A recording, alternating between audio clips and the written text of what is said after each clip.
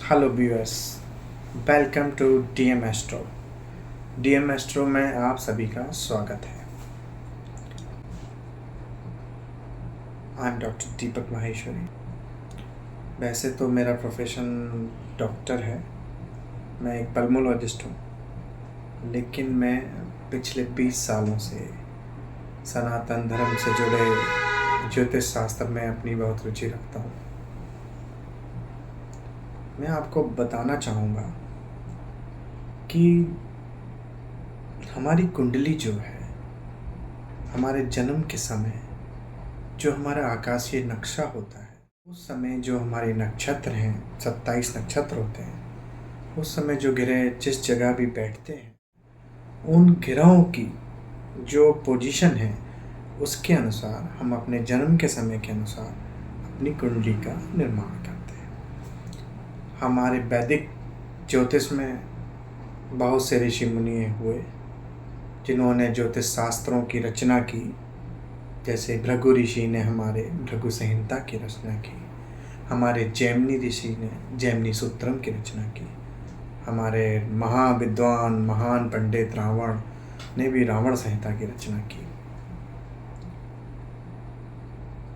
वैसे तो ज्योतिष शास्त्र अपने आप में एक महान शास्त्र है, एक महान विद्या है। कोई माने या ना माने, लेकिन किसी के मानने ना मानने से कोई फ़र्क नहीं पड़ता। जो चीज़ होती है वो चीज़ होती है। वैसे ही हमारी ज्योतिष जो हमारे इंसान के भूत भविष्य को पहले से ही डिसाइड करती है। जब हमारा जन्म होता है उसी समय सब कुछ डिसाइड हो जाता है। Everything is pre decided. मैं आपको आज एक टॉपिक पर बात करना चाह रहा हूँ कि हमारे जीवन में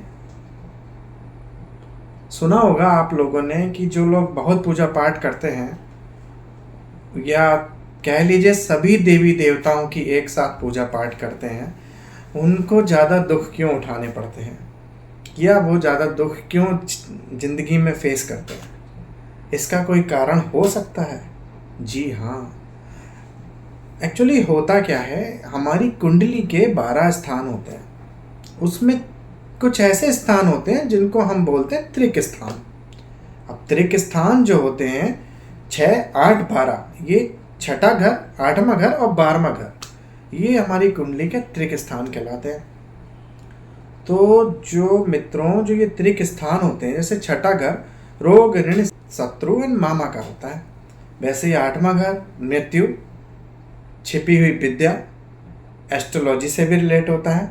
वैसे ही 12वां घर आकाश, विदेश, हमारा व्यय, हमारा खर्चा, इन चीज़ों से रिलेटेड होता है। तो जो भी दुख होते हैं हमें, जो हमारे कर्मों के अनुसार, जो भी हमने कर्म किए हैं उनके अनुसार जो भी दुख होते हैं, वो हमको इन त्रिक स्थान के माध्यम से हम उनको देख सकते हैं।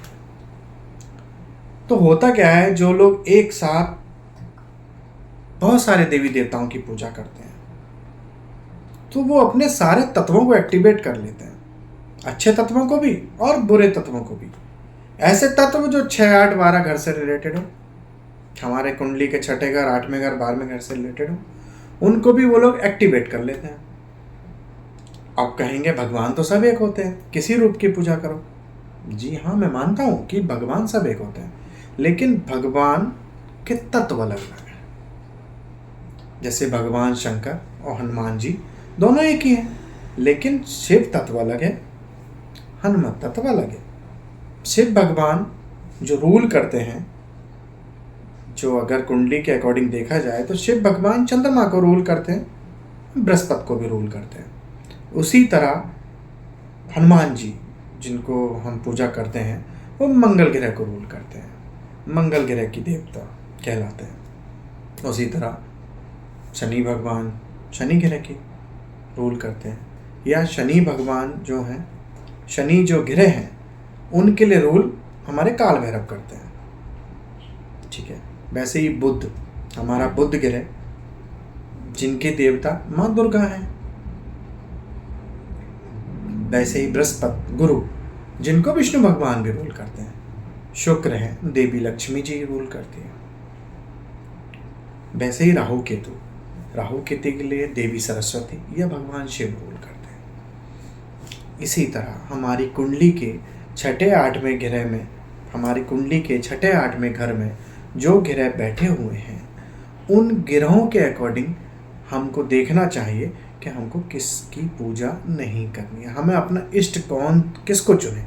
तो जो कुंडली के अकॉर्डिंग हमारा जो पंचम स्थान है कुंडली का, जो पांचवा घर है और जो नमा घर है, उसके अकॉर्डिंग हम अपने इष्ट देव को चुन सकते हैं। जो हमारे पांचवें घर में ग्रह बैठा हो या उसमें जो राशि हो, उसके अनुसार हम अपने इष्ट को चुन सकते हैं, या हमारा नमा घर, उसमें जो राशि है, उसमें जो ग्रह बैठा है, उसके अनुसार हम अपने इष्ट को चुनते हैं। पंचम स्थान को हमारे पिछले जन्म की लाल वही कहते हैं। जिस तरह कोई सुनहार यानी सोने का दुकानदार अपने लाल वही बनाकर रखता है ना लोगों की, उसी तरह ये हमारे जीवन की लाल वही होती है। और इसमें जो देवी देवता होते हैं, हम जन्म से ही उनके ही गले में जयमाला डालने के लिए पैदा हुए हैं, उन्हीं की पूजा करने के लिए पैदा हुए हैं। लेकिन होता क्या है, हम सभी देवी देवताओं की एक साथ पूजा करते हैं, या ऐसे किसी देवी देवता की पूजा करते हैं जाने या अनजाने में, इससे कोई फर्क नहीं पड़ता, चाहे जानकर कर रहे हो या अनजाने में कर रहे हो। अगर वो आपके छठे घर में पड़े हुए ग्रह, आठवें घर में पड़े हुए ग्रह या 12वें घर में पड़े हुए ग्रह को किसी को एक्टिवेट करेंगे, तो उसका जो फल है वो आपको मिलेगा ही मिलेगा। मान लीजिए आपके आठवें घर में मंगल है, आपके आठवें घर में शुक्र है, और आप किसी ऐसे देवी देवता की पूजा करते हैं जिसकी वजह से आठवां घर आपका एक्टिवेट हो जाता है। तो आठवां घर जब एक्टिवेट होता है और वो ग्रह अगर अपनी नीच अवस्था में बैठे हुए हैं, तो वो अपनी पूर्ण दृष्टि से, अपनी सप्तम दृष्टि से, ग्रहों की दृष्टियाँ होती हैं, तीसरी दृष्टि, सातवीं दृष्टि, कुछ ग्रहों की नवीं दृष्टि भी होती है, कुछ ग्रहों की 10वीं दृष्टि भी होती है, मंगल की चौथी और 8वीं दृष्टि भी होती है। तो अपनी पूर्ण दृष्टि से यानी 7वीं दृष्टि से अपने आप के दूसरे घर को देखेगा। और 8वां घर क्या है? मौत का घर। तो अपनी ही आराधना के हाथों यानी अपनी ही पूजा पाठ के हाथों आपने वो घर एक्टिवेट करके अपने दूसरे घर को मौत दे दी। दूसरा घर क्या है? आपकी फैमिली। दूसरा घर क्या है? आपका धन, आपकी संपदा।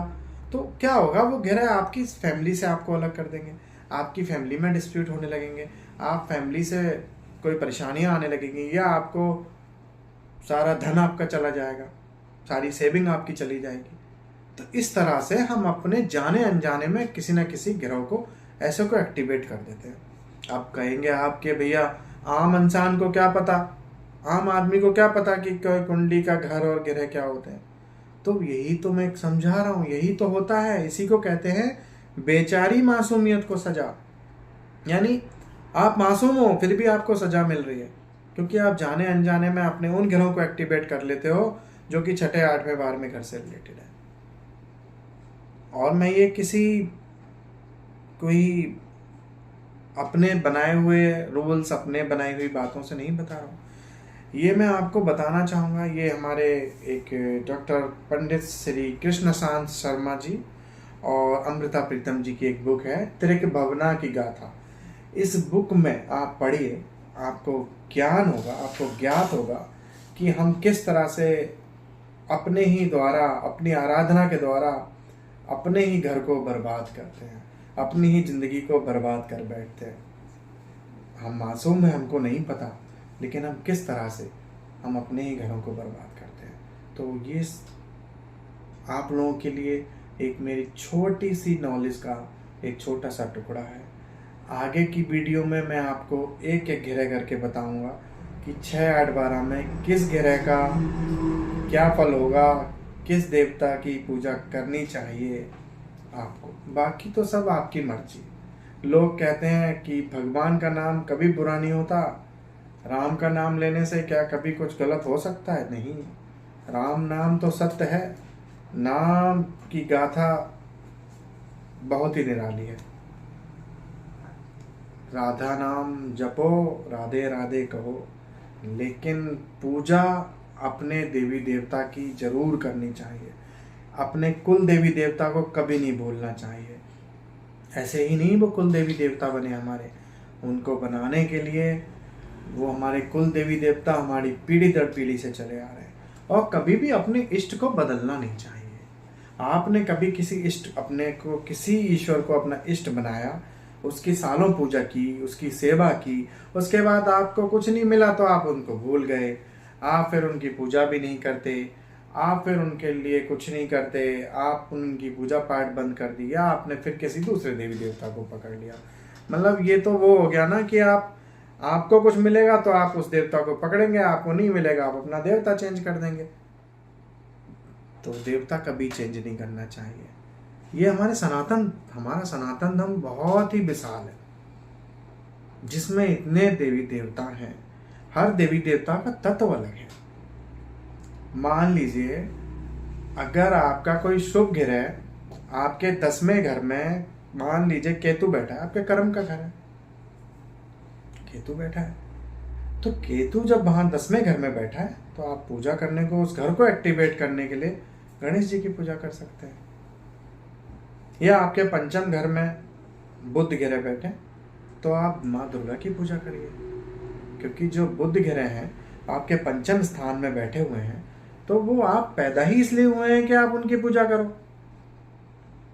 अब आप उनकी पूजा ना करके किसी 8वें घर के देवी देवता की पूजा करेंगे तो वो देवी भगवान ने दिए ही आपको वो ग्रह इसलिए हैं कि 8वें घर में इसलिए ही हैं कि आपको वो दुख तकलीफ दें, और आप उन्हीं ग्रहों को एक्टिवेट करेंगे उन देवी देवता की पूजा करके, तो दूसरा घर तो खराब होगा, आपकी फैमिली खराब होगी, या आपका धन सारा खत्म। कहाँ जाएगा धन ये कोई नहीं बता सकता, कैसे जाएगा आपकी बुद्धि भी काम नहीं करेगी, आप पूरी तरह से सोचने लायक नहीं बचेंगे। वो ग्रहों का काम है, आपने उनको एक्टिवेट किया गलत ग्रहों को, उसका आपको फल मिलेगा। तो उनका फल तो आपको मिलेगा ही मिलेगा। यही पंडित कृष्ण शांत जी ने इस पुस्तक में अच्छे से समझाया है कि बेचारी मासूमियत को सजा किसको कहते हैं। तो मेरा आपसे कहना है, हिंदी व्यूअर्स, कभी समय मिले तो कभी इस बुक को जरूर पढ़िएगा। ये त्रिक भवन की गाथा, ये आपके 3 घर आपकी जिंदगी बदल देंगे, आपके इष्ट को चुनने में आपके लिए सहायक होंगे। जय हिंद, जय भारत, राधे कृष्णा, जय माता दी, जय श्री श्याम।